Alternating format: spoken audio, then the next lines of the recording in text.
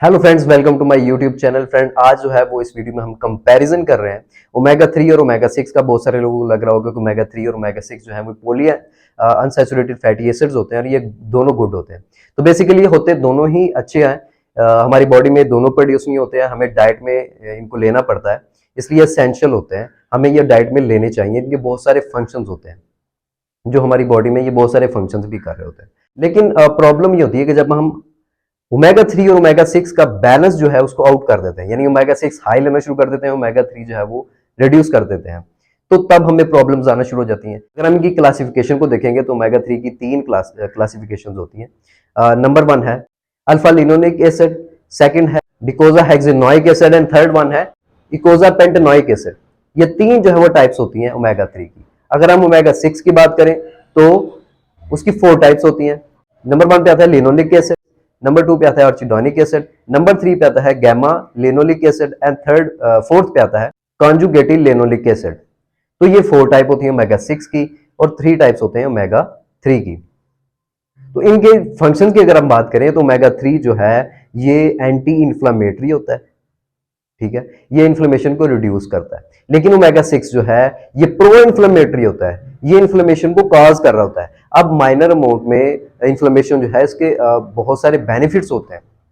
For example wound healing में inflammation का बहुत अहम रोल होता है, क्योंकि इन्फ्लेमेशन होने से वहां पर सर्कुलेशन ज्यादा होती है ब्लड की, तो वाउंड हीलिंग जो है वो ज्यादा इजीली हो जाती है, क्योंकि वहां पे वाइट ब्लड सेल्स वो ज्यादा जा रहे होते हैं, या वहां पे अगर कोई बैक्टीरियल या वायरल इन्फेक्शन होने के चांसेस हैं तो उसको रिड्यूस कर देगी। तो इन्फ्लेमेशन जो है वो इफेक्टिव है, लेकिन माइनर अमाउंट में। लेकिन अगर आप बहुत ज्यादा इन्फ्लेमेशन होती है बॉडी में तो ये फर्दर कॉम्प्लिकेशंस इसकी वजह से होना स्टार्ट हो जाती हैं। फॉर एग्जांपल हार्ट डिजीज होना शुरू हो जाएंगी, आपकी ब्लड वेसल रप्चर होने की वजह से हार्ट डिजीजेज हो सकती हैं। इसके अलावा जो है अर्थराइटिस डेवलप हो सकता है, अल्जाइमर डिजीजेज हो सकती हैं, और इसके अलावा डायबिटीज मिलाइटस, इसके अलावा मेटाबॉलिक सिंड्रोम होने के चांसेस जो हैं वो ज्यादा होते हैं। तो बेसिकली ओमेगा 3 जो है और ओमेगा 6 दोनों ही इम्यूनिटी को बूस्ट अप करते हैं, प्रमोट करते हैं इम्यून सिस्टम को। लेकिन प्रॉब्लम यह है कि एक एंटी इन्फ्लेमेटरी होता है जो इन्फ्लेमेशन को रिड्यूस करता है, और एक प्रो इन्फ्लेमेटरी होता है जो इन्फ्लेमेशन को इंक्रीज करता है। प्रॉब्लम तब आती है जब इनका बैलेंस जो है वो बरकरार नहीं रहता।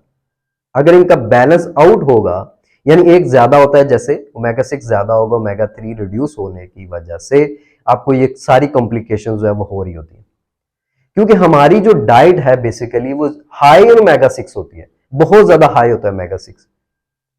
नॉर्मली जो ऑप्टिमल लेवल है वो ओमेगा 6 और 3 का 1:1 होनी चाहिए, यानी 1 पार्ट जो है ओमेगा 3 का होना चाहिए, 1 पार्ट जो है वो ओमेगा 6 का होना चाहिए। ऑप्टिमल लेवल ये है।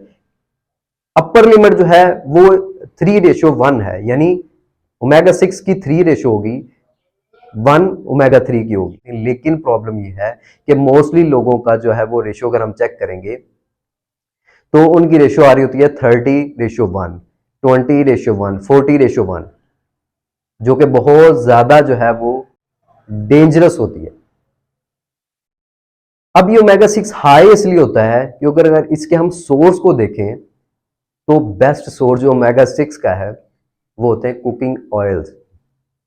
जी हाँ, canola oil, sunflower oil, soybean oil, corn oil, palm oil, जितने भी 95% कुकिंग ऑयल मार्केट में आपको अवेलेबल होते हैं वो हाई इन ओमेगा 6 होते हैं। और बहुत सारे प्रोडक्ट्स इन्हीं ऑयल की वजह से जो है वो प्रोसेस किए बनाए जा रहे होते हैं।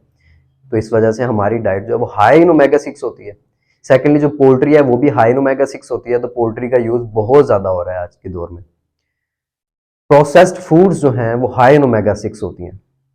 इसके बाद अगर ओमेगा 3 की बात करेंगे तो ओमेगा 3 का जो बेस्ट सोर्स है वो है फिश। अब फिश भी वाइल्ड फिश होनी चाहिए। छोटे छोटे फार्म्स के अंदर जो बायोफ्लॉक आज के दौर में एक नया जो टेक्नोलॉजी वो है इंट्रोड्यूस करवाई गई है, जिसमें छोटे छोटे तालाबों के अंदर जो फिश को रखा जाता है और वहां पे उनकी जो है वो फार्मिंग करवाई जाती है। अब ओमेगा 3 उसी फिश के अंदर बनेगा जो बड़े तालाब के अंदर होगी या वाइल्ड फिश होगी, क्योंकि ओमेगा 3 बनता ही फिश में तब है जब ये जो एलजी होती है इसको खाना शुरू करती है। एलजी को खाने की वजह से फिश के अंदर ओमेगा 3 प्रोड्यूस होता है, उसके अंदर सिंथेसाइज होता है। तो जो फिश वाइल्ड नहीं होगी, जो बड़े तालाब के अंदर फिश नहीं होगी, बायोफ्लॉक सिस्टम में पली होगी, तो उसकी वजह से ओमेगा 3 जो है वो रिड्यूस हो जाएगा। सेकेंडली, होल एग जो है वो बेस्ट सोर्स होता है ओमेगा 3 का। इसके अलावा चिया सीड्स हैं, फ्लैक्स सीड्स हैं, वॉलनट है, आलमंड है। अब फ्लैक्स सीड्स जो है उसका ऑयल भी अवेलेबल होता है आपको मार्केट में, लेकिन उसकी ऑयल की एक्सट्रैक्शन के दौरान बहुत सारा जो ओमेगा 3 है वो लॉस हो चुका होता है। तो आपको ऑयल की बजाय आपको सीड प्रेफर करना है, चिया सीड, फ्लैक्स सीड्स, इनको प्रेफर करें। वॉलनट और आलमंड की बात करें, उसके ऊपर जो कवर होता है, जो नेचुरल कवर होता है, वो कवर मौजूद होना चाहिए, क्योंकि अगर हम उसको हटा देंगे, वो ऐसे ही अगर पड़ा रहेगा, 10-15 दिन के बाद उसके अंदर से जो गुड फैट है वो वेपोरेट होना शुरू हो जाते हैं, उसके न्यूट्रिएंट्स जो वो लॉस होना शुरू हो जाते हैं। तो प्रेफर करें, जब भी आप आलमंड वगैरह या वॉलनट वगैरह खरीदने के लिए जा रहे हो तो कवरिंग के साथ लो। एक और बेस्ट सोर्स है बटर, ये ओमेगा 3 हाई सोर्स होता है। इसके अलावा बीफ जो है वो ओमेगा 3 हाई होता है। तो आपको ये वाली चीजें जो हैं, ये वाले प्रोडक्ट्स जो हैं वो ऐड करने हैं। कुकिंग ऑयल पे एक हम वीडियो जो है अपलोड कर चुके हुए हैं कि कौन से वाला ऑयल जो है वो बेस्ट है, वो आपको कौन से वाला लेना चाहिए। तो बेसिकली हमारी जो डाइट है आज के दौर में वो बहुत ज़्यादा हाई ओमेगा 6 होने की वजह से और बहुत ज़्यादा ओमेगा 3 लो होने की वजह से हमें कॉम्प्लिकेशंस हो रही होती है। ओमेगा 6 जो है वो बुरा नहीं होता है, लेकिन जब इसको बहुत ज़्यादा हाई अमाउंट में लेते हो तो कॉम्प्लिकेशन आना स्टार्ट हो जाती है, क्योंकि इसका बैलेंस जो है वो बरकरार रहना चाहिए। सो आई होप गाइज ये काफ़ी इन्फॉर्मेटिव रही होगी आपके लिए वीडियो। अगर वीडियो अच्छी लगे तो लाइक ज़रूर कीजिएगा और गाइज कमेंट देकर हमें फीडबैक ज़रूर दीजिएगा। अपना बहुत सारा ख्याल रखिएगा। अल्लाह हाफिज़।